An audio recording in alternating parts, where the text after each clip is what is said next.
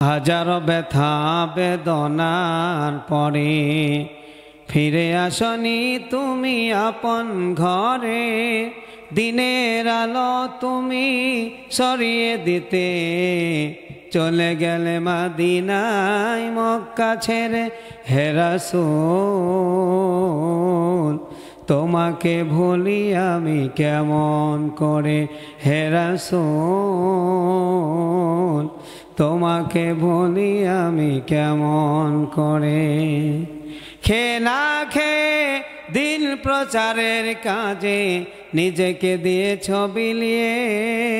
তায়েফের কাফেরেরা চিনল না সে আলো, দুষ্ট ছেলেদের পিছু দিল লেলিয়ে। খেয়ে না খেয়ে দিন প্রচারের কাজে নিজেকে দিয়েছ বিলিয়ে। তায়েফের কাফেরেরা চিনল না সে আলো, দুষ্ট ছেলেদের পিছু দিল লেলিয়ে। পাথরের আঘাতে ক্ষত বিক্ষত হয়ে সারা শরীর থেকে রক্ত ঝরে। হে রাসূল তোমাকে ভুলি আমি কেমন করে। হে রাসূল তোমাকে ভুলি আমি কেমন করে। হেরার গুহায় তোমারই ধ্যান, আসমান থেকে নামে আল কোরআন। ভাঙলো সবার ভুল তোমারই পরে, আসলো কোরআনের ছায়া তলে। খালিদ ওমর আলী আবু বকর ইসলামী ঝান্ডা নিল যে তুলে। আল আমিন তুমি ছিলে যে সদা সকল মানুষের তরে। হে রাসূল তোমাকে ভুলি আমি কেমন করে।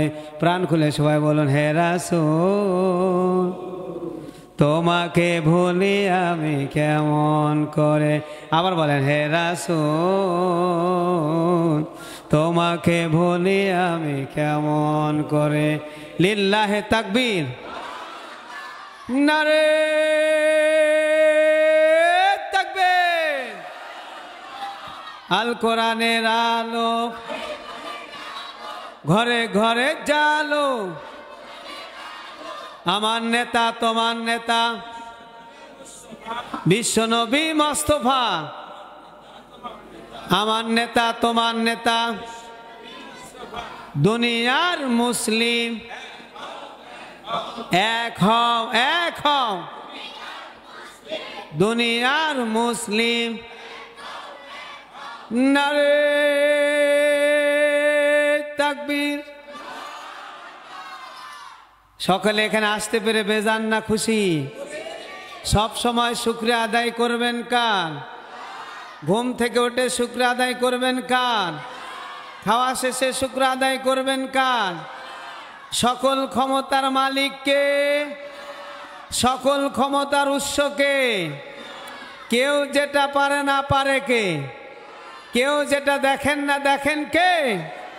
কেউ যেটা দিতে পারে না দিতে পারেন কে?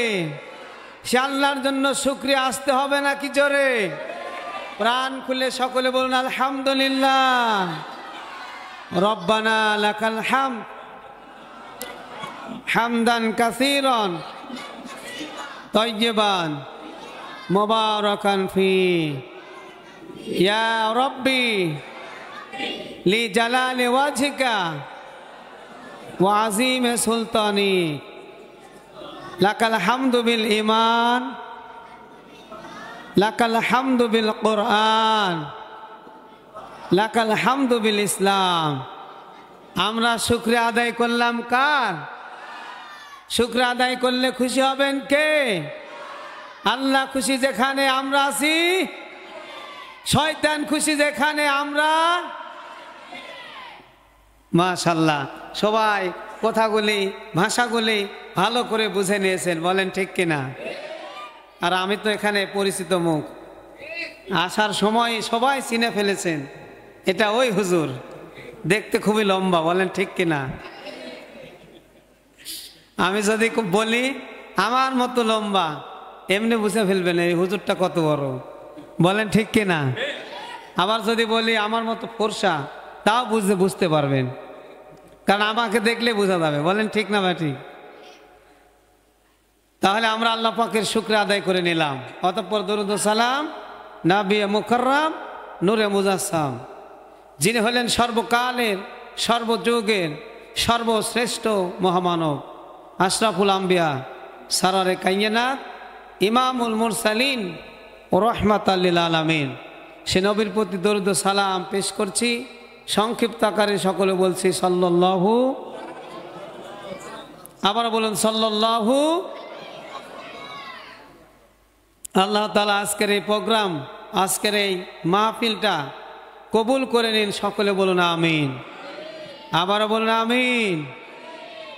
এখানে যে আসতে পেরেছি, এটা আমাকে নিয়ে এসেছেন কে? আল্লাহ ছাড়া কি এখানে আসা সম্ভব? কেউ আসতে পারবে না, বলেন ঠিক কিনা? আজকে আপনাদের রাজশাহীর এক ছেলে এবং একজন আলেম এবং আমার স্নেহের হাফেজ মাওলানা কারি মাসুম বিল্লাহ, উনি রাজশাহী এক প্রতিযোগিতায় গিয়েছিলেন, সেখানে ৭ম স্থান অধিকার করেছেন কেরাত প্রতিযোগিতায়। বাংলাদেশের ৭০০ প্রতিযোগীর মধ্যে আপনাদের রাজশাহীর সন্তান, এই যে বলনপুর, রাজশাহী কোর্টের পাশে বলনপুর বাড়ি, আমার খুব স্নেহের এবং খুব অমায়িক। তো উনি আজকে ঢাকা থেকে আসলেন, ওনার মসজিদে আমি খুতবা দিলাম। খুতবা দেওয়ার পরে এক বাসায় গিয়ে খেলাম, সেখানে খাওয়ার চিন্তা আমার মাথাও ছিল না, উনিও জানতেন না আমার সঙ্গে দেখা হবে, আমিও জানতাম না দেখা হবে। দেখা করানোর মালিক কে? এটা বোঝানোর জন্যই আমি ওই কথাটা বোঝাচ্ছি। সেটা হচ্ছে মাসুম বিল্লাহ ৭ম স্থান অধিকার করেছেন। তো আল্লাহ তাআলা তাকে ইসলামের জন্য, কোরআনের জন্য এবং রাজশাহীবাসীর জন্য কবুল করুন, সকলে বলুন আমিন। একজন আলেম যদি সুনাম অর্জন করে আমাদের খুব ভালো লাগে, বলেন ঠিক কিনা? আল্লাহ তাআলা তাকে কবুল করে নিন, সকলে বলুন আমিন। আজকের মাহফিলের সম্মানিত সভাপতি, সম্মানিত প্রধান অতিথি, সম্মানিত মসজিদ কমিটির সম্মানিত সদস্যবৃন্দ এবং করিডোর মসজিদের সকল সর্বস্তরের মুসল্লান একরাম, সকলকেই আমি সম্মানের সাথে সকলকে শুভেচ্ছা জ্ঞাপন করছি। সেই সাথে আমার সফর সঙ্গী মাওলানা, আমার প্রিয় বড় ভাই আব্দুল মান্নান, আমার স্নেহের মাওলানা জাহিদ ইকবাল, আমার স্নেহের নাইমুর রহমান সহ পর্দার আড়ালে অবস্থানরত আজকের মাহফিলের সম্মানিতা মহিলা শ্রোতা, বাংলার আবেদা সালেহা জাকেরা শাকেরা তাহেরা, সম্মানিতা মা এবং বোনেরা, সবাইকে আমি দ্বিতীয়বারের মতো আন্তরিক সালাম এবং মোবারকবাদ জানাচ্ছি। আসসালামু আলাইকুম ওয়া রাহমাতুল্লাহি ওয়া বারাকাতুহু। আমার প্রিয় ভাইয়েরা, আমরা এখানে আসতে পেরেছি, এজন্য আমরা সকলেই খুশি। খুশি হয়ে আবারও সবাই আল্লাহর শুকরিয়া আদায় করছি, সকলে বলছে আলহামদুলিল্লাহ। ভাইজান বলেছেন আজকে রাতের কথা, আজকে রাতের কথা বলতে গিয়ে তিনি বলেছেন অর্ধেক, বলেছেন অর্ধেক বলেন নাই, বলেন ঠিক না ভাটি? ওই অর্ধেক হবে ইনশাল্লাহ, বলেন সবাই ইনশাল্লাহ। ততক্ষণ থাকবেন তো ইনশাল্লাহ, নাকি জানালা খোলা আপনিও চলে যাবেন? থাকবেন তো? তো আল্লাহর নবী সাল্লাল্লাহু আলাইহি সাল্লাম যে মুসান্নাফ ইবনে আব্দুর রাজ্জাক ৭৫৫ নম্বর হাদিসে আল্লাহ নবী সাল্লাল্লাহু আলাইহি সাল্লাম বলেন 5টি রাত আল্লাহর কাছে ইবাদতের রাত, বলেন সুবহানাল্লাহ। কয়টা রাত? 5টি রাত আল্লাহর কাছে ইবাদতের রাত, এবং এই রাত্রিতে ইবাদত করলে কবুল করেন কে? এবং এই রাত্রিতে কেউ যদি একবার আল্লাহর কাছে দোয়া করে, এই দোয়া আল্লাহ ফিরে দেন না, কবুল হয়ে যায়, জোরে বলেন সুবহানাল্লাহ। নাম্বার 1 সেটা হচ্ছে জুমার রাত। নাম্বার 1 কি? জুমার রাত। গত রাত যেটা গেল বৃহস্পতিবার রাত্রি, বৃহস্পতিবার দিনের পরে যে রাতটা হয় তাকে বলা হয় জুমার রাত। এইটা হচ্ছে ইবাদতের রাত। এটা কিসের রাত? ইবাদতের রাত। নাম্বার 2 রজব মাসের প্রথম রাত। রজব মাসের প্রথম রাত, যেই মাসটা আমাদের কাছ থেকে বিদায় নিয়েছে। নাম্বার 3 লাইলাতুন নিসফু মিন শাবান, অর্থাৎ শাবান মাসের মধ্যবর্তী সময়ের রাত, আজকের রাত। বলেন সুবহানাল্লাহ, একটু জোরে বলেন সুবহানাল্লাহ। নাম্বার 4 ঈদুল ফিতরের রাত, বলেন সুবহানাল্লাহ। নাম্বার 5 ঈদুল আজহার রাত, ঈদুল আজহার রাত। এই 5টা রাতে ইবাদত করলে কবুল করেন কে? গুনাহ মাফ করেন কে? দোয়া কবুল করেন কে? তাহলে সে আল্লাহর কাছে আমরা দোয়া করব, সে আল্লাহর কাছে আমরা মাপ চাইবো, সে আল্লাহর জন্য আমরা ইবাদত করব। বলেন ঠিক কিনা? রব্বুল আলামিন বলেন, গোলাম শোনো শোনো, ইবাদত হবে কেবলমাত্র শুধুমাত্র একমাত্র আল্লাহর জন্য, খাস করে আল্লাহর জন্য ইবাদত হবে, অন্য কারো ইবাদত হবে না। আল্লাহ তাআলা বলছেন, কুল ইন্না সলাতি ওয়া নুসুকি ওয়া মাহইয়ায়া ওয়া মামাতি লিল্লাহি রাব্বিল আলামিন। আমি বলবো আস্তে, আপনারা বলবেন জোরে। বলবেন হুজুর কারণটা কি? আপনার ব্যাটারি তো লো না, অনেক হাই ব্যাটারি আমরা জানি, বলেন ঠিক কিনা? কিন্তু ভাইজান, জানুয়ারি মাসের 25 তারিখে আপনার এই যে নিউ ডিগ্রি কলেজের সামনে, এই যে রাজশাহীতে আসার পথে দারুস সালাম মাদ্রাসা থেকে বিএমএডের ক্লাস শেষ করে আমি আসতেছি। আমার সামনে 3টা মোটর সাইকেল, পিছনে আমি আসি। ওই দিনে অনেক মুত্তাকিন হয়ে গেছি, মানে চিন্তা করলাম আজকে ধীরে ধীরে যাব। মনে রাখবেন, গতি কম না, আমি কিন্তু 80-90 কিলোমিটার বেগে রাস্তাতে চলি। কোনো শিক্ষক আমার সাথে আমার মোটর সাইকেল ওঠে না, ওঠার আগে 2-3 বার দোয়া পড়ে। চিন্তা করে এই হুজুরের পিছনে চললে হাত দিয়ে কিছু খুঁজে পাওয়া যাবে না, তাদের ধারণা। কারণ আমার চিন্তা হচ্ছে আমি মোটর সাইকেল উঠলে সবার আগেই যাব, কারণ আগে থাকি, একটা অভ্যাস আছে তো, নাকি বলেন?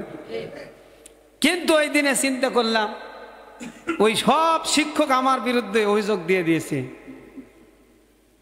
23 জন স্টাফ সবাই বলছে এ আব্দুল আলিম হুজুর মোটর সাইকেল খুব জোরে চালায়। আমার একটু শরম লাগলো, এই যে আমার ভাই তো চালাতেই দেয় না, আমার পিছনে চড়বেই না, আমাকে সব সময় আগে মানে পিছনে নেবে, আর উনি ড্রাইভ করবে। কারণ আমি ড্রাইভ করলে ওনার বিশ্বাসই নাই, কথাটা বুঝেন? কারণ কখন যে কি হয়ে যাবে, তো এই মনে করে মানুষের আর এই কথা শোনা যাবে না, আমি ধীরে ধীরে আসতেছি। ওই 30, 40, 35, 45 এর মধ্যে আসি। তো সামনের মোটর সাইকেল ব্রেক করেছে, আমিও ব্রেক করেছি, আর পিছনে মিনি ট্রাক ছিল, ধাক্কা মেরেছে। মারার সাথে সাথে এই যে পিঠের সাথে ধাক্কা দিয়েছে, আর যে রোড ডিভাইডেশন আছে তার সাথে ধাক্কা খেয়েছে, আমার এই বুকে লেগেছে, আর মাথা লেগেছে ওই শেলপাটের সাথে, শেলপাট লোহার।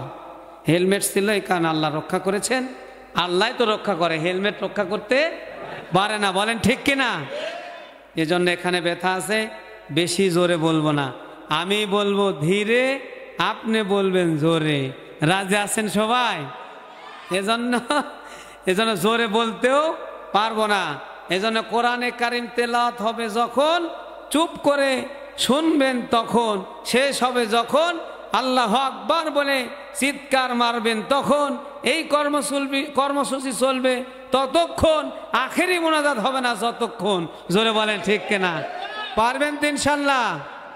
রব্বুল আলামিন বলেন, গোলাম শোনো শোনো, কুল ইন্না সলাতি ওয়া নুসুকি ওয়া মাহইয়ায়া ওয়া মামাতি লিল্লাহি রাব্বিল আলামিন। আল্লাহ তাআলা বলেন, নবী বলেন, আমার নামাজ, আমার কুরবানি, আমার হায়াত, আমার মওত একমাত্র বিশ্বের প্রতিপালক আল্লাহ রব্বুল আলামিনের জন্য। বলেন ঠিক কিনা? সুতরাং আজকের রাত্রিটা হবে একমাত্র যার জন্য। বলেন তো তিনি কে? আরো জোরে বলেন, তিনি কে? আমার প্রিয় ভাইরা, তাহলে এই রাতে ইবাদত করলে কবুল হয়ে যায়। এই রাতে ইবাদত করলে আল্লাহ কবুল করেন, এটা প্রমাণ পেয়ে গেলেন। তবে ওই যে আমাদের বড় ভাই বলেছেন, এই লাইলাতুন নিসফু মিন শাবান, শাবান মাসের মধ্যবর্তী রাত, অর্থাৎ শবে বরাতের রাত্রিতে। শবে বরাত বললে সবাই চেনে, এই রাত্রিতে আল্লাহ তাআলা পৃথিবীর সমস্ত মানুষের জন্য রহমতের দৃষ্টি দেন। জোরে বলেন সুবহানাল্লাহ।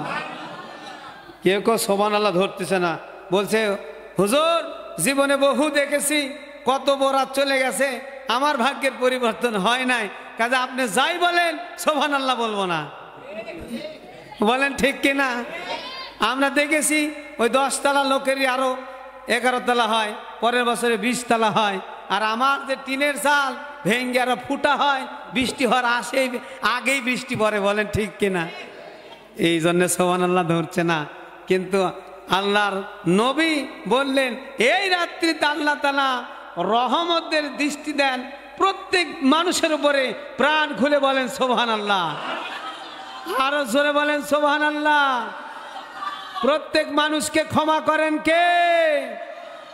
আল্লাহ তাআলা প্রত্যেক মানুষকে ক্ষমা করে দেন, ইল্লা মুশরিক আর মুশাহিন।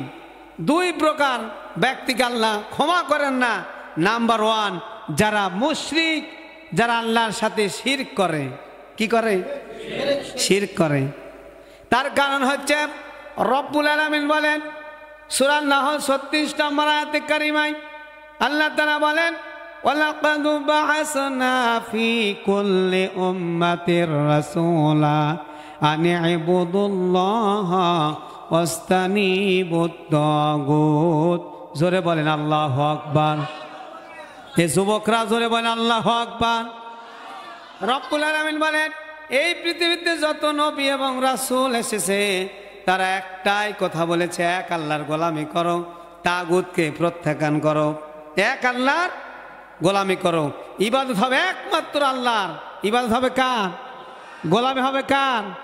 দাসত্ব হবে কার? আর প্রত্যাখ্যান হবে তাগুত। তাগুত কি? তাগুত হচ্ছে শয়তান। আসসালামু আলাইকুম। তাগুত হচ্ছে শয়তান। ওই যে সভাপতি সাহেবকে দেখতে পাই নাই, কোনাতে কেবল দেখলাম, এতক্ষণ আমি খুঁজতেছিলাম কি ব্যাপার, এত সুন্দর সভাপতি গেল কই? হ্যাঁ, যাই হোক, মাশাআল্লাহ, আল্লাহ তাকে সুস্থতা দান করুন, সকলে বলেন আমিন। তাহলে তাগুত হচ্ছে শয়তান। তাগুত কি? তাগুত হচ্ছে শয়তান যে আল্লাহর হুকুম নিজে মানে না, আর একজনকে মানতেও দেয় না। জোরে বলেন ঠিক কিনা? মুসা আলাইহিস সালাম দাওয়াত দিয়েছিলেন, ওই সময় তাগুত ছিল ফিরাউন। জোরে বলেন ঠিক কিনা? সে আল্লাহর হুকুম পালন করে নাই, আর একজনকে পালন করতেও দেয় নাই। ইব্রাহিম আলাইহিস সালাম দিনের দাওয়াত দিয়েছে, ওই সময় তাগুত ছিল নমরুদ। সে আল্লাহর হুকুম পালন করে নাই এবং কাউকে পালন করতে দেয় নাই, এবং প্রয়োজনে সে নিজেও খোদা বলে দাবি করেছে। জোরে বলেন ঠিক কিনা? আল্লাহ বলেন তুই আবার খোদা কবে হলি? তুই তো হুদা। জোরে বলেন ঠিক কিনা? ল্যাংরা মশা পিটায় সাইজ করে দিল, বলেন ঠিক না বাটে? সে আল্লাহ আছেন না নাই? কাজে এখনো যদি কেউ নমরুদের ভূমিকায় আসে, ফেরাউনের ভূমিকায় আসে, তাহলে আল্লাহ ল্যাংরা মশা আছে না নাই? আর জোরে বলেন আছে না নাই? ওই ল্যাংরা মশা জুতা পিটা করে আবার ওই পানিতে চুবা মারবে, সে আল্লাহ এখন আছেন না নাই? নাকি সে আল্লাহর সময়ের ব্যবধানে সে আল্লাহর ক্ষমতা কি কমে গেছে?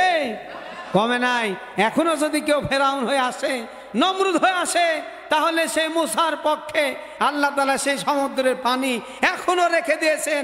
এখনো যদি কেউ নমরুদ হয়ে আসে, ইব্রাহিমের পক্ষে ল্যাংরা মশা এখনো আছে। জোরে বলেন ঠিক কিনা? আমার প্রিয় ভাইরা, তাহলে আল্লাহর নবী যখন কোরআনের দাওয়াত দিলেন, তাগুত হয়ে এসেছিল, শয়তানের ভূমিকা নিয়ে আসলো আবু জেহেল। এসে বলল আমার রাজ্যে আমার কথা চলবে, কোরআনের কথা চলবে না, নবীজির কথা চলবে না, মোহাম্মদের কথা চলবে না, আব্দুল্লাহর ছেলে মোহাম্মদের কথা চলবে না। আল্লাহ বলে তোর কথা চলবে না। বলেন ঠিক কিনা? মোহাম্মদের কথা এখন আছে, কিয়ামত পর্যন্ত থাকবে, কিন্তু আবু জাহেলের চিহ্ন না, আর গোষ্ঠীরও চিহ্ন নাই। জোরে বলেন ঠিক কিনা? বা ঠিক। সতীজা কা রাহা হে আজাল সে তা ইমরোজ, সতীজা কা রাহা হে আজাল সে তা ইমরোজ, সারাগে মোস্তফা বীজে সারারে বোলা হবিজ। জোরে বলেন আল্লাহু আকবার। কবি বলছেন যে মুহাম্মদ সাল্লাল্লাহু আলাইহি সাল্লামের কথা আদিকাল থেকে চলতেই থাকবে, কিয়ামত পর্যন্ত চলবে। যারা মুহাম্মাদের বাতিকে নিভে দিতে চেয়েছিল তারা পৃথিবী থেকে নিশ্চিহ্ন হয়ে যাবে। জোরে বলেন ঠিক না বা ঠিক? তাই তো হয়েছে। আবু জেহেল এসে যখন ষড়যন্ত্র শুরু করেছে, ষড়যন্ত্র বেশি দিন টিকে থাকে নাই। ঠিক বর্তমান সময়ে এক শ্রেণীর লোক এক সময়, এই যে 2024 সালে যখন আমরা কোরআনের কথা বলতে গিয়েছি, তখন কিছু লোক, সব লোক না, কিছু লোক এসে আমাদের কানে কানে একটা ঝাড়া দিয়েছে, কানে কানে একটা মন্তর মেনেছে। মন্তর বুঝে কানে কানে একটা কথা বলেছে, হুজুর ক্ষমতা আছে, আমরা দেখে শুনে কথা বলবেন। কাজে আপনি কথা বলে যদি আপনি হক কথা বলেন, তাহলে আপনি যতই মাস্তানি করেন আপনার কল্লা কিন্তু আসল জায়গাতে খুঁজে পাওয়া যাবে না। জোরে বলেন ঠিক কিনা? বলেছে কি বলে নাই? কিন্তু আল্লাহ বলেন আল্লাহু আলা কুল্লি শাইইন কাদির,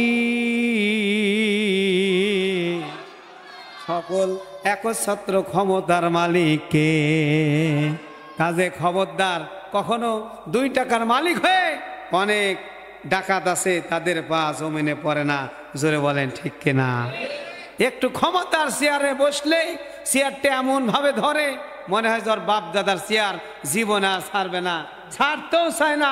আল্লাহ বলেন খবরদার, চেয়ার দিয়েছি, চেয়ার ঠিক মতো ধরে থাকবা, কিন্তু কখনো আলেম ওলামা কোরআনের সাথে নবীর সাথে কখনো বেয়াদবি করবে না, তাহলে চেয়ার তো থাকবে না, তোর অস্তিত্ব থাকবে না। জোরে বলেন ঠিক কিনা?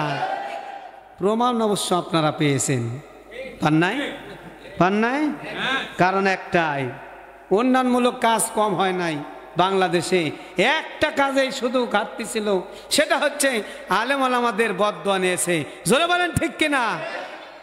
যদি আলেম ওলামাদের বদদোয়া না নিয়ে যদি দোয়া নিতেন, তাহলে আজকে এই পর্যন্ত এখনো থাকতো, এখনো থাকতো। কিন্তু আল্লাহ বললেন খবরদার, আমার নবীর ওয়ারিস পৃথিবীতে আছে, আর তোমরা বেয়াদবি করবে, এই পৃথিবীতে তোমাদেরকে জায়গা দেব না। কি দেবে? তাহলে রব্বুল আলামিন 2 প্রকার মানুষকে ক্ষমা করবেন না। 1 নাম্বার যারা মুশরিক, আল্লাহর সামনে এই মাথাটা নত হবে একমাত্র আল্লাহর সামনে, কিন্তু এই মাথাটা নত করতে গিয়ে তারা আল্লাহর সামনে নত করে না, বরং আর একজনের সামনেও করে। একটা উদাহরণ দেব, আপনি বিয়ে করেছেন, সংসার করলেন 20 বছর, 20 বছর সংসার করেছেন, 30 বছর বয়সে বিয়ে করলেন, 20 বছর সংসার করার পরে আপনার বয়স হয়ে গেছে 50 বছর, আপনার স্ত্রী আমার চাচি আম্মার বয়স হয়ে গেছে 45 বছর। 45 বছর 20 বছর সংসার করার পরে আপনি আজকের ওয়াজ মাহফিলে এসেছেন, বাড়িতে যাওয়ার পরে আপনি দেখলেন আপনার সেই প্রিয়তমা স্ত্রী কারো সঙ্গে ডেটিং করছে। আপনার কি মেজাজ ঠান্ডা না গরম? আরো জোরে, জোর হলো না? কেমন গরম? এমন গরম, এই গরমের কথা কিন্তু আর বলা যাবে? আমার প্রিয় ভাইরা, কারণটা কি? কারণ হচ্ছে আপনি আপনার স্ত্রীকে লিপস্টিক দিয়েছেন, খাবার দিয়েছেন, সকল দায় দায়িত্ব নিয়েছেন, শুধুমাত্র আপনি দেখলেন আপনার স্ত্রী ওই জানালা দিয়ে আর একটা ছেলের হাত ধরে বসে আছে। শুধু এইটুকু দেখার পরে আপনার মাথা গরম হয়ে গেছে। আসলে হাতটা কিভাবে ধরল এটা যাচাই বাছাই করার আর সুযোগই নাই। তুই তালাক, তোর মা তালাক, তোর 14 গোষ্ঠী তালাক, এরকম বাটপার আছে না নাই? কারণ একটাই, আমার স্ত্রী আমার কথা মতো চলবে, ঠিক কিনা? আর একটু জোরে বলেন ঠিক না বা ঠিক? পাগল হোক, ছাগল হোক, চেহারা যত খারাপ হোক, আমার মতো লম্বা হোক আর আপনার মতো খাটো হোক, তাতে বিষয় আসে যায় না। শুধুমাত্র যদি এইরকম দেখে তাহলে বাটাম ছাড়া পিটন শুরু হবে। জোরে বলেন ঠিক না বা ঠিক? বাটাম নেওয়ার মতো সময় থাকবে না, ডাইরেক্ট অ্যাকশন। 2 হাত একত্রিত করবে, বীরের বেশে শুরু করবে। জোরে বলেন ঠিক কিনা? কারণ একটাই, খাবার দিয়েছেন আপনি, কাপড় দিয়েছেন আপনি, এইটুক দেওয়ার কারণে যদি আপনার এতটুকুন রাগ হয়, তাহলে যে আল্লাহ আপনার নিঃশ্বাস দিয়েছে, যে আল্লাহ আপনাকে বাঁচিয়ে রেখেছেন, যে আল্লাহ আপনাকে খাবার দিয়েছেন, যে আল্লাহ আপনাকে হায়াত দিয়েছেন, যে আল্লাহ আপনাকে মৌত দিয়েছেন, সে আল্লাহর সামনে যদি আপনার মাথা নত না হয়ে আরেকজনকে সামনে নিয়ে আসেন, বলেন তো সে আল্লাহর রাগ কম হবে না বেশি হবে? আরো জোরে বলেন, বেশি হবে। খবরদার। তাহলে কোনো ধরনের আজা বাবা, খাজা বাবা, দয়াল বাবা, কলকা বাবা, বাবারে বাবা, ওরে বাবা, জোরে বলেন ঠিক কিনা? বাবা ঠেলাতে আর এক বাবা পরে মরে, এরকম বাবা আছে না? নাই। বাংলাদেশে 48,000 পীর আছে, পীরের আবার মুরিদ আছে। সব পীরেরা যদি এক সকল খানকা থেকে এক কথা বলতো যে এক আল্লাহর ইবাদত হবে, কোনো মাজারে সেজদা চলবে না, জোরে বলেন ঠিক কিনা? কোনো খানকাতে সেজদা চলবে না, কোনো পীরের পায়ে কখনো সেজদা দেওয়া যাবে না, তাহলে আর ব্যবসায় শেষ, বলেন ঠিক কিনা? পরের দিন থেকে ব্যবসা শেষ। এ চিন্তা করে এই কথা বাদ দিয়ে সব বলে, এই কথাটা বাদ দিয়েই বলে, কিন্তু ওই কথাই আপনাকে আগে বলতে হবে, জোরে বলেন ঠিক না বাটি? তাহলে ইবাদত হবে কার? তাহলে আল্লাহ সকল মানুষকে ক্ষমা করবেন, দুই প্রকার মানুষকে ক্ষমা করবেন না। এক নাম্বার যারা মুশরিক, মুশরিক বুঝতে পারলেন? আল্লাহ ছাড়া আরো অস্তিত্ব আছে, ক্ষমতা আছে, অমুক আছে, তমুক আছে, বিভিন্ন কিছু আছে, এটা যারা বুঝাবে, বুঝতে হবে যে তার ইবাদতে সমস্যা আছে, বলেন ঠিক না বা ঠিক? এটা করলে আপনার ইবাদত কবুল হবে না, জোরে বলেন কবুল হবে না। এই জন্য খাস করে নিতে হবে, আকীদা সাফ করেন, সকল ধরনের আকীদা সাফ করে আজকে বলেন যে ইবাদত একমাত্র হবে কার? আরো জোরে বলেন, ইবাদত হবে কার? সকল ক্ষমতার মালিক কে? সে আল্লাহর ইবাদত হবে, বলেন ঠিক কিনা? যে মাতা জোহরে, যে মাতা ফজরে, যে মাতা জোহরে, যে মাতা আসরে, যে মাতা মাগরিবে, যে মাতা এশায় দৈনিক আল্লাহর সামনে নত হয়, সেই মাতা আল্লাহ ছাড়া কারো সামনে নত হতে পারে না, পারে না, পারে না, জোরে বলেন ঠিক কিনা? আল্লাহর সামনেই নত হবে, অন্য কারো সামনে নত হবে না। দুই নাম্বার হলো অমুসাহীন, যারা হচ্ছে হিংসুক। হিংসুকের উদাহরণ গত বছর দাম, ওটা আবারও দেব কি? দিব। ভাইজান অর্ধেক বলেছে আর অর্ধেক বলে নাই, নাকি? ওই অর্ধেকটা বললেই আমার আলোচনার দিকে যায়, নাকি বলেন? ওই অর্ধেকটা আপাতত বলি। এক লোক, এই যে গ্রামের লোক, এই পাশে তো গ্রাম, এই পাশেও গ্রাম আছে না নাই? গ্রামের লোক সকালে হলে হাল বোয়ায়, এমন সময় যায় তাহাজ্জুদের যারা নামাজ পড়ে ওরা শুধু টের পায় গেল কখন, বলেন ঠিক কিনা? যারা হাল বোয়াত আগের যুগে এত সকালে যেত, মানুষ উঠার আগে আর কিছু মানে 2-4 কাঠা হাল বোয়া শেষ হয়ে যেত, এমনকি 1 বিঘা পর্যন্ত হাল বোয়া শেষ হয়ে যায়। এখনো যারা, হ্যাঁ এখনো যারা হাল বয় তারা কিন্তু অনেক রাতে, এখন আবার এই যে পাওয়ার টিলার হওয়ার কারণে সারা রাত হাল বয়, কারণ এখন তো আলোর অভাব নাই, ওর সাথে আলো আছে, বলেন ঠিক কিনা? দেখ মুরব্বি মুরব্বি মুরব্বি হু হু হু আছে না নাই? আপনার নতুন নাকি? নতুন না পুরাতন? তাহলে মুরব্বি মুরব্বি। আমার ছেলে এসে আমাকে বলছে মুরব্বি মুরব্বি হু হু হু। হ্যাঁ বলছি বেটা ওই ধারাপাত আগে পড়েছি, বলেন ঠিক কিনা? তোরা যেই কলেজের ছাত্র, আমরা ওই কলেজের প্রিন্সিপাল, বলেন ঠিক কিনা? ওটা আগে পড়া শেষ। ও যখন আমাকে বলেছে মুরব্বি মুরব্বি, আমি বলছি হু হু হু, ও তো একবার অবাক হয়ে গেছে, চিন্তা করছে আব্বাও জানে, আমরা তো এই কাজই করে খাই, বলেন ঠিক কিনা? আমরা না জানলে জানবে কি? এই মুরব্বি হাল বোয়াতে গিয়েছে, হাল বোয়াচ্ছে, হাল বোয়াতে বোয়াতে হঠাৎ করে খট করে একটু শব্দ হয়েছে, হাল থামিয়েছে, থামার পরে দেখে যে শক্ত কি যেন দেখা যায়, তো অন্ধকারে রাত, বুঝতে পারেনি, পকেটে রেখেছে। সকাল হয়েছে যখন বের করে দেখে যে পাথর, পাথরে ময়লা, ময়লাটা পরিষ্কার করতেছে, ঘষা মেরেছে, ঘষা মারার সাথে সাথে বিশাল এক দত্ত বের হয়ে বলছে মালিক, ও মালিক তুমি চাও কি? হালবাওয়ালা লোক বলে আমি আবার মালিক, আমার অভাব যায় না, আমি মালিক। তো বলছে মালিক তুমি আসলে মালিক, তুমি যা চাবে আজকে তাই পাবে, তবে শর্ত হচ্ছে তুমি যা চাবে পাশের বাড়ির লোক ডবল পাবে। ওই লোকটা এমন হিংসার হিংসুক, ওই লোকটা চিন্তা করতেছে তাহলে আমার চাওয়ার দরকারই নাই, তুমি চলে যাওয়ার জন্য কি করা লাগবে? তো বলছে আমি যাওয়ার জন্য শর্ত হচ্ছে আবার ঘষা মারা লাগবে। তো বলছে তাহলে ঘষা মারি, ঘোষা মেরেছে, মানে আর চায়নি, কারণ ওর হিংসা বেশি। আমি যদি 2 কাঠা চাই, আর একজন 4 কাঠা এমনি পাবে, ওটা হবে না। আমি যদি 2টা বিল্ডিং পাই, আর একজন 4টা বিল্ডিং পাবে, ও হবে না। এই চিন্তা করে বাড়িতে এসেছে। আসার পরে তার স্ত্রীকে বলছে, এই যে রাখো, খবরদার হাত দিও না। আমাদের মা বোনদেরকে যদি বলা হয় হাত দিও না, দিবে কি দিবে না? জোরে বলেন, এই জোরে বলেন, দিবে? কারণ ওনারা তো শোনা লাগবে। বাড়িতে গন্ডগোল হলে আমি মীমাংসা করতে পারবো না, ওয়াজ পর্যন্ত শেষ। তাহলে তাদেরকে যদি বলা হয় হাত দিও না, ও কাজ আগেই করবে। বলেন ঠিক কিনা? তো বলেছে হাত দিও না, হাত দিও না। এই বলে চাষা পরের দিন আবার হাল বোয়াতে চলে গিয়েছে। চাষির মাথা নষ্ট হয়ে গেছে। হাত দিও না মানে এ কি জিনিস রে, হাত দেওয়াই লাগবে। বলেন ঠিক কিনা? এবার বেলা হয়েছে যখন, মাথায় চিন্তা আরো বৃদ্ধি হয়েছে, তখন এবার ওই যেখানে রেখেছে ওখানে গিয়ে ওটা বের করেছে। বের করার পরে চিন্তা করছে, পাথর তা আবার ময়লা যুক্ত, আবার এখানে হাত দিতে নিষেধ করেছে, তাহলে কিছু রহস্য আছে। বলেন ঠিক কিনা? মেয়েদেরকে আপনি যেই কাজ করতে নিষেধ করবেন, ওই কাজ আগে করবেন। বিশ্বাস না হয় কালকে টেস্ট করবেন। বলছে ঠিক, অভিজ্ঞতা আছে মুরব্বীর। বলেন ঠিক কিনা?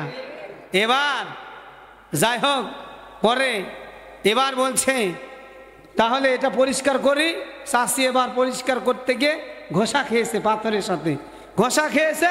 বিশাল বড় আবার দত্ত বের হয়ে বলছে, মালিক, ও মালিক, তুমি চাও কি? তুমি যা চাইবে তা পাইবে। এবার এই ব্যক্তি চাষি আম্মার বলছে না যে আমার দরকার নাই। চাষি এবার বলছে, দেখো না, কুড়ে ঘরে থাকি, ভাঙ্গা ঘরে থাকি, বৃষ্টি আসার আগে বৃষ্টি পড়ে, রোদ আসার আগে রোদ পড়ে, ঠান্ডা আসার আগে ঠান্ডা পড়ে। আমার বাড়িটা পরিবর্তন করে দাও। কয় তালা দরকার? আপাতত 2 তালা হলেই চলবে। সঙ্গে সঙ্গে 2 তালা। গল্প তো গল্পের মতোই, নাকি বলেন? গল্প দিব তো অল্প দিব, কিছু একটু বেশি দিই। 2 তালা বিল্ডিং হয়ে গেছে। 2 তালা বিল্ডিং নিয়ে রানীর বেশে চাষি বসে আছে। মই কি হনুরি, কথাটা বুঝেন? চাষা হাল বোয়া শেষ হয়েছে, যখন বাড়ি আসতেছে, আসার পরে বাড়ি খুঁজে পায় না, কারণ টিনের বাড়ি আবার ভাঙ্গা। দেখে সব বিল্ডিং হয়ে গেছে, সবই বিল্ডিং, সব 4 তালা বিল্ডিং, মাঝখানে একটা 2 তালা। মাথায় তখন ক্যাশ করেছে, যা চাবে তার ডবল, নাকি বলেন? নিচে যা পাবে পাশের বাড়ি তার ডবল পাবে। চিৎকার মেরে বলেন আল্লাহু আকবার। সবাই একটু জোরে বলেন আল্লাহু আকবার। এইবারে এই চাচা ভাবলো যে এই 2 তালা বাড়ি আমার, হ্যাঁ, ওটাই বাড়ি। ঢুকে বললো, পড়ার পরে বলছে, আমি নিষেধ করলাম হাত দিও না, তুমি ওই কাজ আগে করেছো। বলছে, আল্লাহ শুকরিয়া আদায় করো, আল্লাহ শুকরিয়া আদায় করো।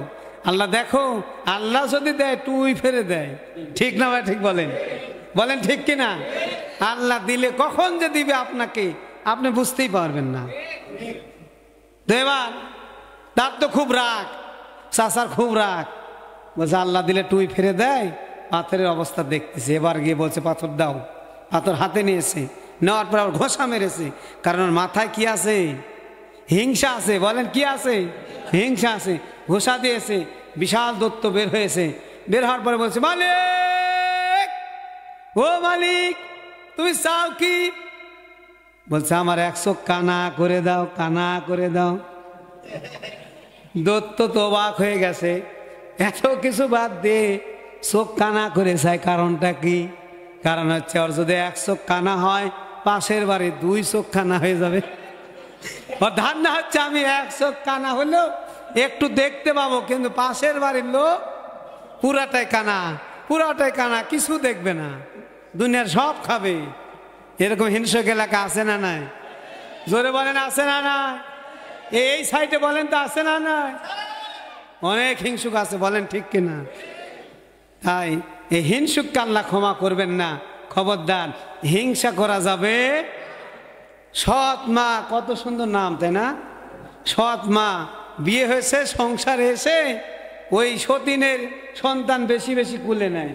এলাকার লোকজন বলে, বা রে বা, কি ভালো মা, সৎ মা হলো খুবই সৎ, সতীনের সন্তানকে কুলে করে কাকালে করে মানুষ করে। তো একদিন এক বৃদ্ধ মহিলা ওটা বুঝতে পেরেছে, কারণ মুরব্বীদের বুদ্ধি আছে না নাই? অনেক বুদ্ধি আছে, অভিজ্ঞতা আছে। একদিন বুঝতে পেরেছে যে সৎ মা সতীনের সন্তান টানে, তার মানে কিছু রহস্য আছে, কিছু তো রহস্য আছেই। এবার কানে কানে জিজ্ঞাসা করে, এই বৌমা, তোমার সন্তানকে মাটিতে রাখো আর তোমার সতীনের ঘরের সন্তানকে কোলে নাও, কারণটা কি? তো বলছে যে তুমি ধরেই ফেলেছো, যখন গোবরের কথা বলে দিই, সেটা হচ্ছে সতীনের সন্তানকে আমি কোলে নিয়ে সবসময় কোলে রাখি, কারণ হচ্ছে আমার কোলে থাকার কারণে মাটির নিঃশ্বাস পাবে না, ওই সতীনের সন্তানের পাছা হবে সরু, মাথা হবে বড়। বলেন ঠিক কিনা? আর আমার সন্তান মাটিতে থাকবে, মাটির নিঃশ্বাস, এই যে মাটির নির্যাস পেয়ে সে অবশ্যই শক্তিশালী হয়ে যাবে। তাহলে সৎ মায়ের মধ্যে হিংসা আছে না নাই? জোরে বলেন। মিজানুর রহমান আজহারি, ডক্টর মিজানুর রহমান আজহারি আমাদের প্রিয় রাহবার, উনি অনেক ভালো মাপের বর্তমান বক্তা এবং যুবকদের আইডল। জোরে বলেন ঠিক কিনা? যেই মাঠে আসে সেই মাঠে হাজার হাজার নয়, বরং লক্ষ লক্ষ লোকের সমাবেশ হয়। জোরে বলেন ঠিক কিনা?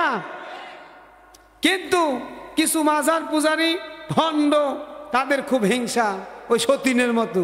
কিসের মতো? ওই সৎ মায়ের মতো হিংসা। হিংসায় একেবারে গা জ্বলে পুরে সারকার হয়ে যাচ্ছে। এক বদমায়েশ, নাম হলো সাদিকুল ইসলাম, ভণ্ড পীর, এত টাকার মালিক হয়েছে। এই ভণ্ডটা বলেছে আজহারির যে মাথা 3 খণ্ড করে এনে দিবে, তাকে 10 লক্ষ টাকা পুরস্কার দেব। বাপরে, টাকার মালিক, টাকার গরম কি? কারণ ওই যে অশিক্ষিত মূর্খ ব্যক্তিদেরকে ইসলাম নামক সুন্দর কথাটা ভণ্ড আকারে বুঝিয়ে ওই গান করে, তাল করে, ওই লোকজন মনে করে এটা ইসলাম। জোরে বলেন ঠিক কিনা? আর গান আছে যেখানে, আনন্দ আছে সেখানে। জোরে বলেন ঠিক না বা ঠিক? ওটা দেখে ওরা মনে করে এটা ইসলাম। এবার বলে পকেটে যা আছে সব মাল দেই। পকেটে মাল দিয়ে দিল। এবার সে বাংলাদেশের প্রখ্যাত একজন আলেম, কথিত জোশ আলেমদের মধ্যে একজন আলেম, হাজারো যুবকদের, লক্ষ কোটি যুবকদের আইডল, তার মাথা কেটে দিচ্ছে এবং ঘোষণা করে দিচ্ছে যে মিজানুর রহমান আজহারি মাথা যে 3 খণ্ড করতে পারবে তাকে 10 লক্ষ টাকা পুরস্কার দেওয়া হবে। আজকের এই ওয়াজ মাহফিল থেকে, কোরআনের মাহফিল থেকে আমিও ঘোষণা করতে চাই, বাংলাদেশের তাওহীদি জনতা যদি একবার খেপে ওঠে, তোমার মতো সাদিকুল ইসলাম, তোমার মতো সাদিকুলের মাথা কত খণ্ড করবে তুমি খুঁজে পাবে না। জোরে বলেন ঠিক কিনা? আজকেও বলতে চাই, ওই বদমাইশ ভণ্ডর মাথা যদি কেউ 3 খণ্ড করতে পারে, তার জন্য 1 কোটি টাকার ঘোষণা। জোরে বলেন ঠিক কিনা? বেয়াদবি করার জায়গা পাও না, তুমি ঘোষণা দিয়ে দাও, মাজারে আর কোনোদিন গান হবে না, কোরআনের কথা হবে। বলেন ঠিক না ভাই? ঠিক। এটা ঘোষণা দাও না, কারণ এটা ঘোষণা দিলে তোমার ব্যবসা থাকবে না। বলেন ঠিক কিনা? ব্যবসা থাকবে? থাকবে না। গিয়াসউদ্দিন তাহির যে এখানে বলে আসবে নাকি, ও যেগুলো ইসলাম বুঝায়, এটা যদি সত্যি ইসলাম হতো তাহলে আমাদের মজাই হতো। গান তো আমিও কম জানি না। বলেন ঠিক কিনা? আমি ওরকম সারা রাত চালাতে পারবো ইনশাল্লাহ, তাতে সমস্যা নাই। ডিজে বলে দিল, ডিজে। কেউ ডিজের কাম আছে? ইসলাম আছে যেখানে আমরা আছি, কোরআন আছে যেখানে আমরা আছি। তাহলে মুশরিক যারা আর হিংসুক যারা, তাদেরকে আল্লাহ কখনো মাফ করবেন না। তাহলে মুশরিকও হওয়া যাবে না, হিংসুকও হওয়া যাবে না, কখনো হিংসা করা যাবে না। আমাদের অন্তরে নাই কোনো হিংসা। আমরা চাই তোমরা ফিরে আসো, তোমরা যত হিংসা করো, আমরা ভালোবাসা দিয়ে বিশ্ব জয় করতে চাই। জোরে বলেন ঠিক কিনা? আল্লাহ যেন কবুল করেন, বলেন আমিন। এবার আসেন প্রিয় ভাইরা, রব্বুল আলামিন বলেন, আজকে যে সূরা থেকে আপনাদের সামনে আয়াতে কারিমা তেলাওয়াত করেছি, সেটা হচ্ছে সূরা নাহল 16 নম্বর সূরা 90 নম্বর আয়াতে কারিমাতে রব্বুল আলামিন বলেন, ইন্নাল্লাহা ইয়া'মুরু বিল আদলি ওয়াল ইহসান ওয়াল ইতা'i ওয়াল কুরবা ওয়া ইয়ানহা আনিল ফাহশাই ওয়াল মুনকারি ওয়াল বাগই ওয়া ইয়া'যুকুম লা'আল্লাকুম তাযাক্কারুন।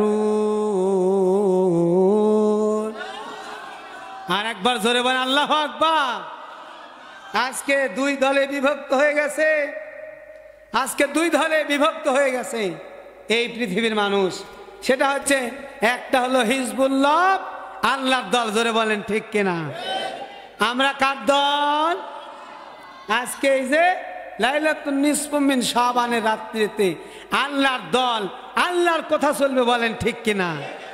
আল্লাহর দলের লোক আল্লাহর কথা বলবে, আল্লাহর দলের লোক আল্লাহর কথা শুনবে, আল্লাহর দেখানো পথ অনুযায়ী মত অনুযায়ী আমল করবে।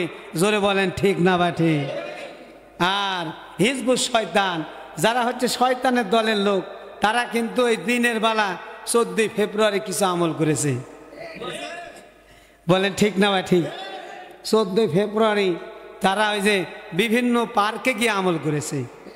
আপনারা যেমন আজকে 14 ফেব্রুয়ারি, আজকে এই যে লাইলাতুন নিসফু মিন শাবানের রাত্রিতে রাতে ইবাদত করতেছেন, আর ওরা দিনে এই প্রত্যেকটা পার্কে পার্কে ইবাদত করেছে। যারা পর্দা গার্ডেন সহ বিভিন্ন পার্কে গিয়ে যারা ইবাদত করেছে, হিজবুল শয়তান, শয়তানের ইবাদত করেছে, ওরা হলো হিজবুল শয়তান, শয়তানের দলের লোক। জোরে বলেন ঠিক কিনা? আর রাত্রিতে যারা আপনারা ওয়াজ শুনতেছেন, রাত্রি জাগরণ করবেন, আগামীকাল যারা রোজা রাখবেন, তারা হলো হিজবুল্লাহ, তারা হচ্ছে আল্লাহর দলের লোক। তাহলে আমি বলতে চাই, আপনারা কি হিজবুল্লাহ হতে চান নাকি হিজবুল শয়তান? আমরা সকলে হতে চাই হিজবুল্লাহ, আল্লাহর দলের লোক। জোরে বলেন ঠিক কিনা? তাহলে আমরা কার দলের লোক? আল্লাহর দলের লোক। 14 ফেব্রুয়ারি একটা ফুল নিয়ে বসে আসে এতিমের মতো যুবক।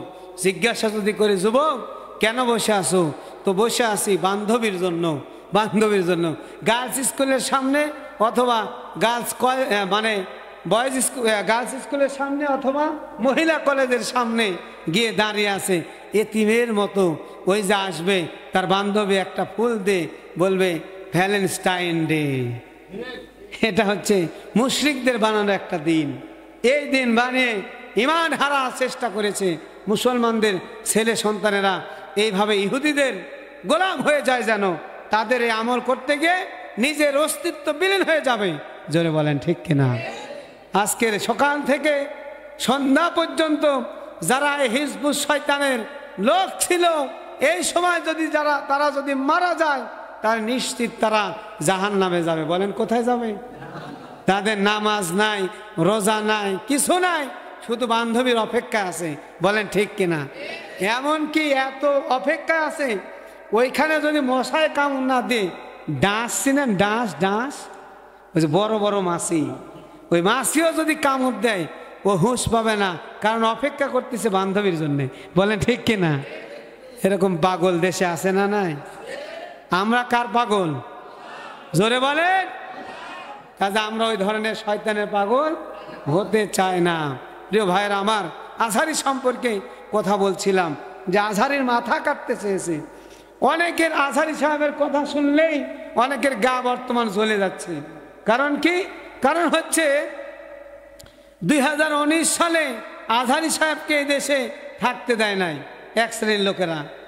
সরকার থাকতে দেয় তা বলবো না, এই মাজার পূজারি ভণ্ড, আরে সরকারি দলের কিছু চামচা, ওই সরকারি দলের নেতাদের সাথে যারা ঘুষ করে তাদেরকে বলা হয় চামচা।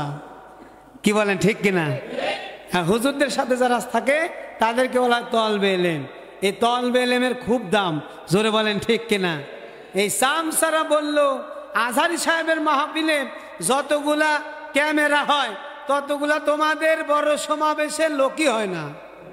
কাজে আজহারিকে দেশে রাখলে ভবিষ্যৎ খুব খারাপ। এ চিন্তা করে আজহারি সাহেব কিন্তু কোনো রাজনৈতিক বক্তব্য দেন না। এই চিন্তা করলে যতগুলো ক্যামেরা হয় আমাদের সমাবেশে প্রত্যেক মাথা প্রতি 500 টাকা করে দিলে অতগুলো লোক হয় না। কাজে আজহারিকে এই দেশ থেকে বিদায় করতে হবে। এই চিন্তা করে তারা এই দেশ থেকে বিদায় করে দিল। আজহারি সাহেব মালয়েশিয়া গিয়ে থাকলেন 5টি বছর। 5 বছর পরে 36শে জুলাই বুঝেন, 36শে জুলাই মাসে যখন পতন হয়ে গেল, উইকেট পড়ে গেল, অনেক নেতা কট খেয়ে গেল। কট খাওয়ার পরে আজহারি সাহেব আবার ওই দেশে বীরের বেশে আসলো। জোরে বলেন ঠিক কিনা?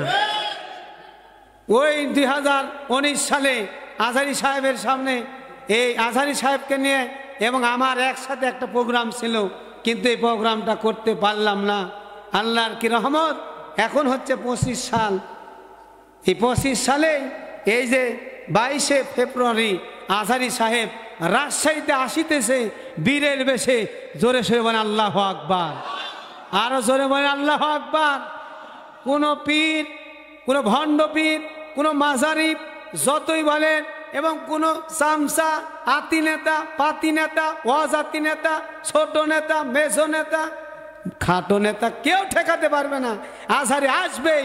জোরে বলেন ঠিক কিনা? কারণ আজহারীকে আনার মালিক কে?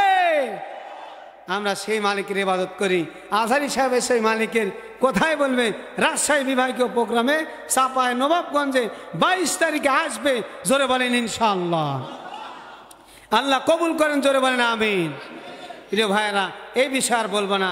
এবার আসেন, আমি যে আয়াতে কারিমা পড়েছি এই আয়াতে কারিমার আধা ঘন্টা কথা বলবো। জোরে বলেন ইনশাআল্লাহ। রব্বুল আলামিন বলেন এই আয়াতে কারিমার মধ্যে বলেছেন, আল্লাহ নির্দেশ করে দিয়েছেন 3টা কাজের। আল্লাহ নির্দেশ দিলেন কয়টা কাজের? 3টা কাজের নির্দেশ দিয়েছেন আল্লাহ তাআলা। 3টা কাজের আদেশ দিয়েছেন আর 3টা কাজ করা থেকে নিষেধ করেছেন। এই 3টার কথা বলেই শেষ করব। জোরে বলেন ইনশাআল্লাহ। তাহলে নাম্বার 1, রব্বুল আলামিন বলেন ইন্নাল্লাহা ইয়া'মুরু বিল আদলি ওয়াল ইহসান। আল্লাহ আদেশ দিয়েছেন। এই আয়াতে কারিমা প্রত্যেক খুতবাতে ইমাম সাহেব সানি খুতবা, যেটা দ্বিতীয় খুতবার শেষে যা বলে, বলার পরে বলে ফাযকুরুনি আযকুরুকুম ওয়াশকুরুলি ওয়ালা তাকফুরুন। এই আয়াতটা সকল মুসল্লির মুখস্থ হয়ে গেছে, কারণ প্রত্যেক দিন শুনে। বলেন ঠিক কিনা? এটা হচ্ছে এই যে একটু আগে যে আয়াতটা পড়লাম, সেটা হচ্ছে সূরা নাহলের 90 নম্বর আয়াত। আল্লাহ তাআলা এই 90 নম্বর আয়াতে কারিমাতে 6টা কথা বলেছেন। তার মধ্যে 3টা হচ্ছে আদেশ সূচক আর 3টা হচ্ছে নিষেধ সূচক। আদেশ সূচক কথা হচ্ছে ইন্নাল্লাহা ইয়া'মুরু বিল আদলি। নাম্বার 1 হচ্ছে ন্যায় বিচারক। আল্লাহ হচ্ছে ন্যায় বিচারক। আল্লাহ কি? একটুখানি জিকির করেন লা ইলাহা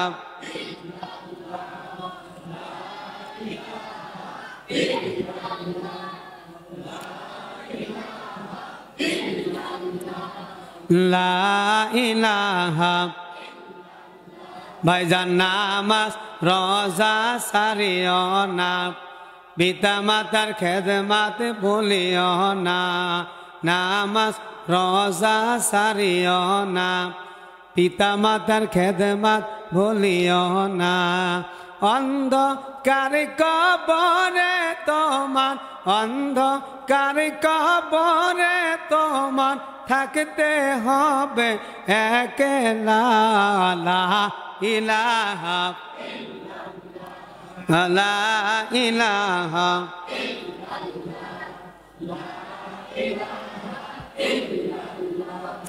লা ইলাহা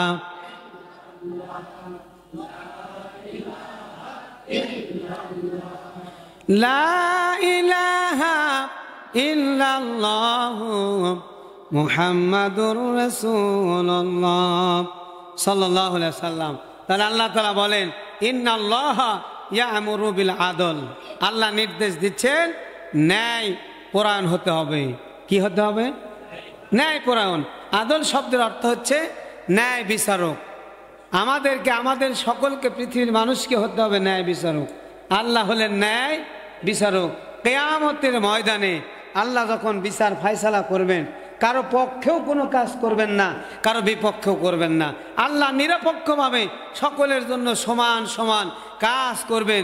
যে যত আমল করেছে ঠিক তার সে আমল অনুযায়ী আল্লাহ তার আমল নামা তার হাতেই দিয়ে দিবেন। আরো জোরে বলেন সুবহানাল্লাহ। আল্লাহ ইনসাফ ভিত্তিক এত সুন্দর বিচারক। আল্লাহ কারো পক্ষেও করবেন না, কারো বিপক্ষেও করবেন না। কাউকে একটু অন্যায় করে বেশি দিবেন না, কাউকে আবার একটু ভালোবেসেও বেশি দিবেন না। আল্লাহ কারো জন্যে বেশি করবেন না, কারো জন্য কমও করবেন না। বাংলাদেশের যারা এমপি, মন্ত্রী, প্রধানমন্ত্রী, যারা চেয়ারম্যান মেম্বার এবং যারা হলে সমাজের নেতা প্রামাণিক যারা বিচার করে, সকালে বিচার দিয়েছে। সকালে বিচার যখন তারা হাতে নিয়েছে, সকালে বিচার করার জন্য লোকটা ফেরেশতার মতো সুন্দর কথা বলল। রাত যখন শেষ হয়ে গেল, এই লোকটা শয়তানে পরিণত হয়ে গেল। জোরে বলেন ঠিক কিনা? কি সুন্দর কথা বললো রাতে। বলছে তুমি যে বিচারটা দিয়ে গেলে তোমার একেবারে ন্যায় বিচার হবে। ও তাই নাকি? এবার সকালে গিয়ে দেখা গেল বিচারটা উল্টা হয়ে গেছে। কারণটা কি জানেন? রাতে ওহী নাজিল হয়েছে। কি নাজিল হয়েছে? ওহী নাজিল। সেটা আবার কেমন? এই যে সামনে রমজান মাস আসিতেছে, কিছু লোক বিভিন্ন কায়দায় সুদের টাকা খাবে। কিভাবে জানেন? তো লোকজন আসছে সকালবেলা সুদের টাকা দিতে। ওই লোকটা খুব খেপে গেছে, জানো না রমজান মাস, তারপর আমি রোজা রেখেছি, বেয়াদবি করা জায়গা পাও না, না ইফতারে পরে আসবে, ইফতারে পরে। এরকম বাটপার আছে না নাই? আবার ঘুষের টাকা নেবে, কাছে গিয়ে সালাম দিচ্ছে আর বলছে আসসালামু আলাইকুম স্যার, কিছু মাল আছে। বলছে এই মিয়া তুমি জানো না রোজাদার, এখন আমরা রোজা রেখেছি, এই সময় মাল আনে, ইফতার হবে যখন মাল নিয়ে আসবে তখন, কারণ ইফতারের পরে মাল খেলে আর রোজা ভাঙ্গার সম্ভাবনা নাই। এরকম বাটবার আছে না নাই? এলাকায় কম না বেশি? তবে এলাকার লোক ভালো, এরকম বাটপার এরকম সিটার নাই। তবে আমাদের এলাকায় রাতের বেলা বিচার একেবারে মাশাআল্লাহ এমন কায়দায় হয়ে যায়, মাল যে যত বেশি দেয় বিচার পক্ষে তার বেশি হয়। বলেন ঠিক কিনা? আমার প্রিয় ভাইরা, কিন্তু আল্লাহ এরকম হচ্ছিলেন না, আল্লাহ এরকমও নয়। কিয়ামতের ময়দানে আল্লাহ এরকম থাকবেন না। আল্লাহ তাআলা এমন বিচার করবেন, তিনি সকলের জন্য ন্যায় বিচারক। জোরে বলেন সুবহানাল্লাহ। শুধু তাই নয়, আমাদের নবী, বিশ্ব নবী রহমাতাল লিল আলামিন, তিনিও একজন ন্যায় বিচারক। তিনি সুন্দর ন্যায় বিচার করেন, কারণ আল্লাহ তাকে ন্যায় বিচার করার জন্যই এই পৃথিবীতে পাঠিয়েছে। এজন্য জোরে বলেন তো আল্লাহু আকবার। হয় না? আরেকবার জোরে বলেন আল্লাহু আকবার। আমাদের নবী ন্যায় বিচারক। জোরে বলেন ঠিক কিনা? উদাহরণ দিয়ে বুঝতে পারবেন। বানু মাখসুম গোত্রের এক মহিলা চুরি করে ধরা পড়ে গিয়েছে। সকল সাহাবীরা এসে বলছেন হুজুর এই মহিলার বিচার করবেন না, এই মহিলার বিচার যদি আপনি সঠিক করেন তাহলে মদিনার সবচাইতে বড় গোত্রের মহিলা বানু মাখসুম গোত্রটা হচ্ছে সবচেয়ে দামি গোত্র এবং সবচাইতে বড়। কাজের বিচারটা আপনি ওইভাবে করেন না, একটু সাইড কেটে চলে যান, একটু কি করেন সাইড কেটে চলে যান। কিন্তু এই কথাটা নবীকে বলবে কে? তারা চিন্তা করলো আমরা তো বলতে পারবো না। তার ছেলে পালক পুত্র ওসামা বিন জায়েদ, ওসামা হলো হুব্বে রাসূলুল্লাহ, অর্থাৎ রাসূলুল্লাহর ভালোবাসা ওসামার একটি উপাধি, কারণ তার কথাটা নবীজি শুনতেন। প্রিয় ভাইরা আমার, ওসামা গিয়ে বললেন ইয়া রাসূলুল্লাহ হাবিবাল্লাহ, এই মহিলাটা খুব দামি বংশের মহিলা, কাজের বিচারটা একটু সাইড করেন, একটু কম করে দেন। কথাটা শোনার সাথে সাথে আল্লাহ নবীর চোখটা লাল হয়ে গেল। আল্লাহ নবী বললেন ওসামা বলো কি, এটা তো আমার হাতে নয়, বিচারটা হবে কার? আরো জোরে বলেন বিচারটা হবে কার? এই বিচারের মালিক কে? বিচারের ফায়সালা দিয়েছেন কে? কাজে তিনি বলেন ওসামা এমন কথা বলো না, আমার মেয়ে ফাতেমা শুরুতে যদি ধরা খেয়ে যেত তাহলে আমি বিচার করার ক্ষেত্রে কখনো বলতাম না এটা আমার মেয়ে। আমার মেয়ে ফাতেমাও যদি চুরি করত তাহলে আমি নবীজি তার হাতটা কেটে দিতাম। জোরে বলে আল্লাহু আকবার। কত বড় বিচারক তিনি ছিলেন আমার আপনার প্রিয় নবী, কলিজার টুকরা রহমাতাল লিল আলামিন। তিনি হলেন এরকম বিচারক, তিনি ছিলেন ন্যায় বিচারক। তার সাহাবী হযরত আবু বকর, হযরত উমর, হযরত উসমান, হযরত আলী রাদিয়াল্লাহু আনহুম যারা ছিলেন খোলাফায়ে রাশিদিন, 30 বছর রাষ্ট্র পরিচালনা করেছেন, খলিফার দায়িত্ব পালন করেছেন। জোরে বলেন ঠিক না বা ঠিক? চিৎকার মেরে বলেন তো আল্লাহু আকবার। রাত্রি গভীর হয়ে গেছে, আপনাদের আলোচনা শুনতে কি কষ্ট হচ্ছে? তাহলে আরেকবার বলেন আল্লাহু আকবার। লিল্লাহে তাকবীর, নারায়ে তাকবীর, আল কোরআনের আলো ঘরে ঘরে জালো, নারে তাকবীর, আরো জোরে বলেন নারে তাকবীর। আল্লাহ কবুল করেন, জোরে বলেন আমিন। ঘুম যদি একটু আসেও, কারণ আগের অ্যাকশনটা হয়তো আমি নিতে পারছি না, এজন্য একটু ঘুম আসতে পারে, তন্দ্রা আসতে পারে, কারণ ব্যাটারি একটু লো হয়ে গেছে। একটু ইতিহাস আগে শোনাই দিয়েছি, এক যুবক খুব চালাক, আর মোবাইলে লিখেছে ব্যাটারি লো। গল্প শোনেন না? মোবাইলে লিখেছে কি ব্যাটারি লো। মা বাবা শিক্ষিত, তো মা এসে ঘর ঝাড়ু দিচ্ছে আর বারবার মোবাইলে কল ঢুকতেছে। মোবাইল হাতে নিয়ে দেখে ব্যাটারি লো। ও ছেলের মোবাইলে চার্জ নাই, চার্জে ঢুকিয়েছে, আবার ঝাড়ু দিচ্ছে, ঘর ঝাড়ু দিচ্ছে, ঘর ঝাড়ু দেওয়া শেষ, অন্যান্য কাজ করছে, আবার কল বাজতেছে। ধরে এসে কল ধরার আগেই দেখে লেখা উঠে আছে ব্যাটারি লো। তো মনে হয় চার্জ ভালো মতন হয়নি, আবার ঠিকঠাক করে দিয়েছে। দেওয়ার পরে দেখে চার্জ হচ্ছে, ঠিক আছে। কিছুক্ষণ পরে দেখ আবার কল আসছে, যখন এসে দেখে ব্যাটারি লো। শিক্ষিত মা তো বুঝতে পেরেছে এই ব্যাটারি লো সেই ব্যাটারি না, এটা আসলে এই লো সেই লো না, এর মধ্যে কিছু সিটারি আছে। জোরে বলেন ঠিক কিনা? মা গভীর দৃষ্টিকোণ থেকে তাকিয়ে দেখে আসলে ব্যাটারি লো না, 14 ফেব্রুয়ারিতে যার সাথে দেখা করবে ওর নাম লিখে রাখছে ব্যাটারি লো। কথাটা বুঝেন? আসলে এই ব্যাটারি লো সেই ব্যাটারি লো না, এটা সময়ের কিছুক্ষণের জন্য ব্যাটারি লো। বলেন ঠিক কিনা? প্রিয় ভাইরা আমার, তাহলে নবীজির সেই সাহাবী যারা, তারাও ছিলেন ন্যায় বিচারক। একজনের কথা বলি, নাম হচ্ছেন হযরত ওমর। নাম কি? আমার প্রিয় ছোট ভাই জাহিদ ইকবাল, উনি ওমরের কথা বলেছেন। আমি আবার শেষ না করলে কি হয়? বলেন ঠিক কিনা? ওমর ছিলেন এমন ন্যায় বিচারক, উনি যখন আমিরুল মুমিনিন খলিফা, ওই সময় মিশরের গভর্নর ছিলেন আমর ইবনুল আস রাদিয়াল্লাহু তাআলা আনহু। তার ছেলে একদিন কোনো এক জায়গাতে সাধারণ একজন ব্যক্তির ছেলের মাথাতে 3টা বাড়ি মেরেছে। বলেন কি মেরেছে? অথবা 3টা ঘুষি মেরেছে, অথবা 3টা মেরেছে। নেতার বেটা তো একটু ভাব আছে, বলেন ঠিক কিনা? বাংলাদেশের চেয়ারম্যানের ছেলে, চেয়ারম্যানের তো কি ভাব, ওর ছেলের ভাব আরো আলাদা। R15 চালায়, ওর আশপাশে যাওয়ার মতো কোনো বুদ্ধি নাই। এমনি তো সাউন্ড বেশি, আবার সাইলেন্সার একবারে মানে ওটা খুলেই ফেলেছে। মোটরসাইকেল চালাচ্ছে, ও যখন গিয়ার দিচ্ছে আসে না নাই, এমন গিয়ার দিচ্ছে আর যাচ্ছে আর বুঝাচ্ছে আমিই যাচ্ছি। কে যাচ্ছে? তো চেয়ারম্যানের ছেলে। যেমন তেমন বাঁশ, কঞ্চি বড় মোটা। বলেন ঠিক কিনা? জোরে বলেন ঠিক কিনা? কিছুদিন পরে সিটপোটাং বুঝেন? বুঝা দিই, আপনি কোরআনের কথা যদি একটু ভুলভাল শুনেন, ঘুমের মধ্যে শুনেন, তাহলে আপনার ডিস্টার্ব হতে পারে। আমি যা বলেছি আপনি তার ব্যতিক্রম বুঝতে পারেন, কারণ আপনি ঘুমের মধ্যে শুনেছেন। ঘুমটা হচ্ছে দ্বিতীয় মৃত্যু। আপনি ঘুমা গেলে আপনি যদি বসে থেকে রসগোল্লাও খান, আমি বুঝতে পারবো না, কারণ আপনি ঘুমিয়ে খাচ্ছেন। আপনি উড়োজাহাজে উড়ে যাচ্ছেন, ঠাস করে পড়ে থাকেন, মসজিদে আসেন। বলেন ঠিক কিনা? ঘুমটা এরকমই। বলেন ঠিক না বাকি? তো এক হুন্ডালা এরকম চেয়ারম্যানের ছেলে নতুন হুন্ডা চালানো শিখেছে।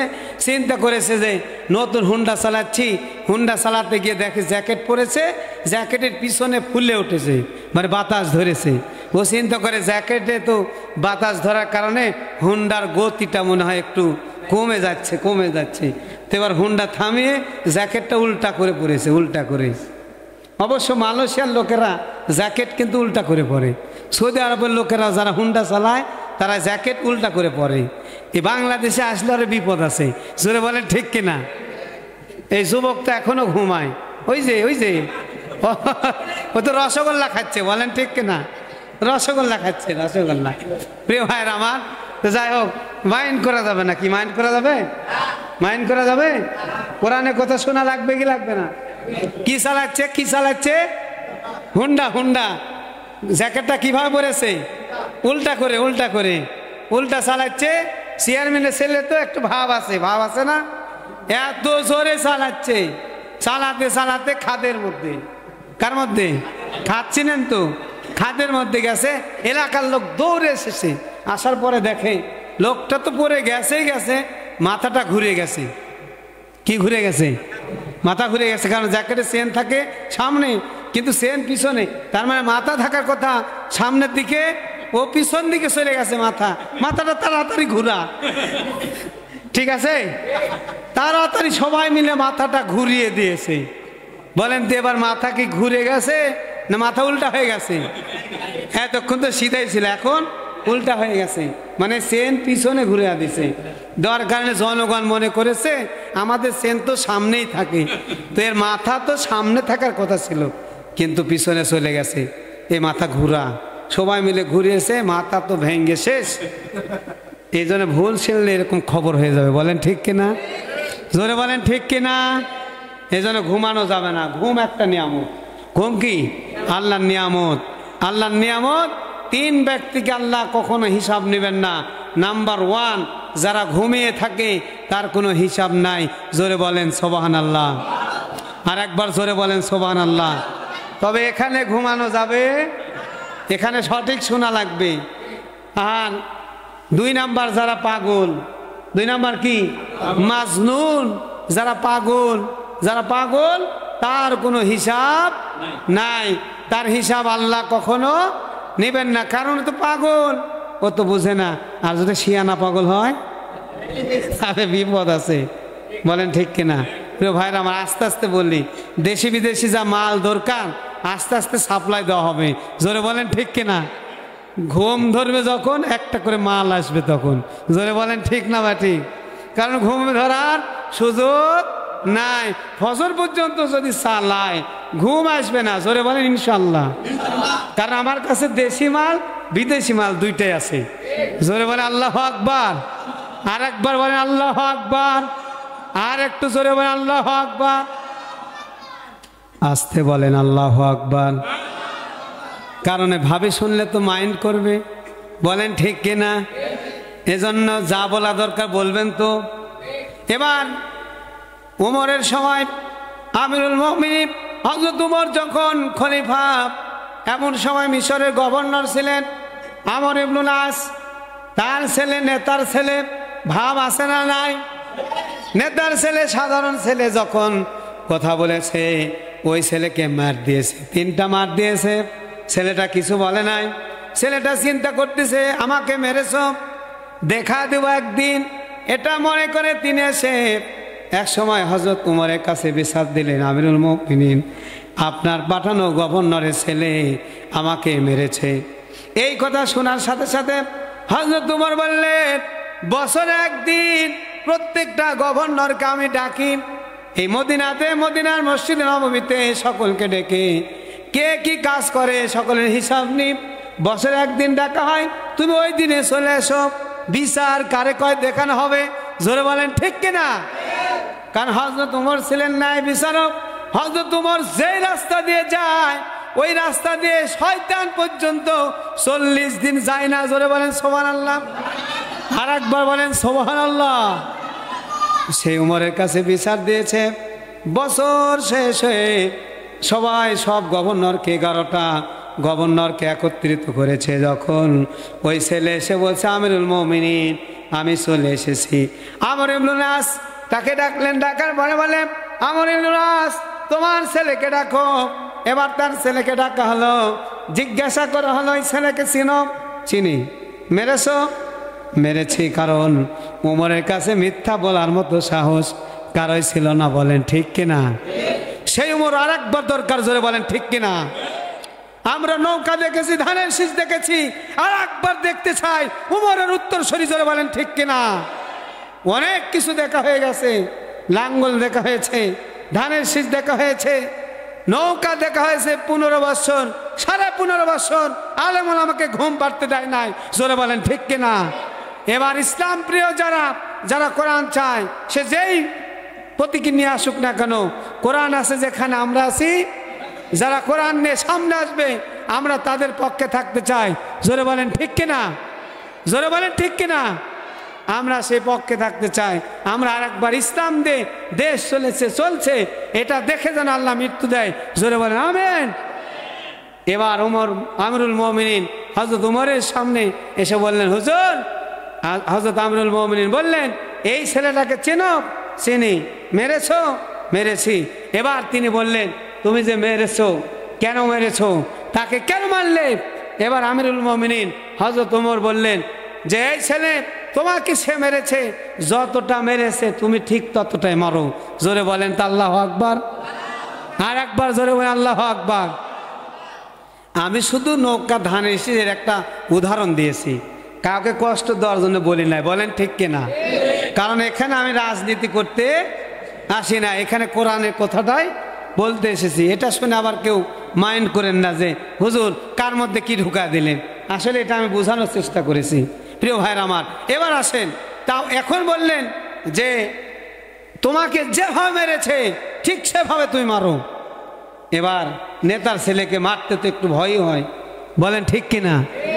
তখন ওই ছেলেটা মারছে, কিন্তু যেভাবে মার খেয়েছে এইভাবে মারছে না। আমিরুল মুমিনিন তিনি বললেন, তোমাকে যে 3টা মেরেছে তুমি ওই 3টায় মারো। 3টা মেরেছে, কিন্তু মারটা যেভাবে খেয়েছে ওইভাবে হলো না। আমিরুল মুমিনিন দাঁড়িয়ে বললেন, আমর ইবনে আস, তোমার ছেলেকে তুমি মানুষ বানাতে পারো নাই। ভবিষ্যতে যদি এরকম কোনো অপরাধ করে তোমার টাক মাথা ফাটিয়ে দেওয়া হবে। জোরে বলেন আল্লাহু আকবার। খবরদার আর কখনো যেন তোমার ছেলে এরকম অপরাধ না করে। এইরকম নেতা, এইরকম উমর যদি এই দেশে থাকতে এই দেশ পরিবর্তন হয়ে যেত। জোরে বলেন ঠিক কিনা? আমরা দোয়া করি উমরের মতো সারা পৃথিবীতে নেতা আসুক। জোরে বলেন ঠিক কিনা? যে আসুক উমরের মতো আসতে হবে। বলেন ঠিক কিনা? আমরা তাদের পক্ষে আছি। আছেন না আপনারা? আছেন না? তাদের পক্ষে আছেন। তাহলে ন্যায় বিচারক হতে হবে। আপনি পরিবারের প্রধান, আপনাকে ন্যায় বিচারক হতে হবে। আপনি আপনার সন্তানকে 14ই ফেব্রুয়ারিতে যদি ওই যে পার্কে যেতে দেন, এটার গুনাহ কিন্তু আপনার হবে। বলেন ঠিক কিনা? আপনার ছোট বোনকে আপনি যদি ওই পার্কে যাওয়ার সুযোগ করে দেন, এটার গুনাহ কিন্তু আপনার হবে। জোরে বলেন ঠিক কিনা? সাবধান, এজন্য আপনাকে ন্যায় বিচারক হতে হবে। 1 নাম্বার। 2 নাম্বার হলো ওয়াল ইহসান। 2 নাম্বার হলো ইহসান করতে হবে, সৎ আচরণ করতে হবে। ন্যায় বিচারের পাশাপাশি সৎ আচরণ করতে হবে। আল্লাহর প্রিয় রাসূলের সাহাবী হযরত আমিরুল মুমিনের কথা বলছিলাম। তার জামানায় আমিরুল মুমিনিন তিনি যখন এইরকম আমিরুল মুমিনের খলিফা, এমন সময় আর একটা বিচার এলো। এসে বলছে, হুজুর একটা বিচার করে দেন, এই ছেলেটা আমার বাবাকে হত্যা করেছে। গভীর মনোযোগ দিয়ে শুনবেন, এই ছেলেটা আমার বাবাকে হত্যা করেছে, ওই ছেলের বিচারটা আপনি করে দেন। ছেলেকে ডাকা হলো, জিজ্ঞাসা করা হলো, তুমি কি ওই ছেলের আব্বাকে খুন করেছ? তিনি বললেন, হুজুর সময়ের কারণে বিভিন্ন প্রেক্ষিতে আমি খুনটা করেছি, আসলে করতে চাই নাই, কিন্তু আমার হাতে খুনটা হয়ে গেছে। আমার প্রিয় ভাইরা, সেটা কিভাবে হলো? ছেলেকে বলা হলো, ওই যে 2 জন ছেলের ব্যাপারে কথা চলছিল, এমন সময় ছেলেটা বললেন, আমিরুল মুমিনিন আমাদের বাড়িতে একটা উট ছিল, আর এই উটটা হলো আমার খুব প্রিয়। আমরা এই উটকে খুব ভালোবাসতাম। আমার আব্বা ভালোবাসে, আমার ভাই ভালোবাসে, আমার আম্মা ভালোবাসে, আমিও ভালোবাসি। এই উটটা ভুল করে একদিন, অথবা সেখানে ঘোড়ার কথা আছে, ঘোড়া অথবা উট, এই উটটা ভুল করে বাগানের মধ্যে চলে গেছে। আর এই লোকটা রাগ করে এত জোরে আঘাত করেছে, এত জোরে ঢেল ছুঁড়ে মেরেছে। এই উটটা কষ্ট পেয়েছে, ঘোড়াটা কষ্ট পেয়েছে, আর এই ঘোড়াটা মৃত্যু যন্ত্রণায় কাতরাচ্ছে, মানে এত জোরে আঘাত করেছে। রাগ হয়ে গেল, তার বাগানের মধ্যে আমার এই পশুটা গিয়েছে, যার কারণে সেইভাবে অন্যায় করেছে।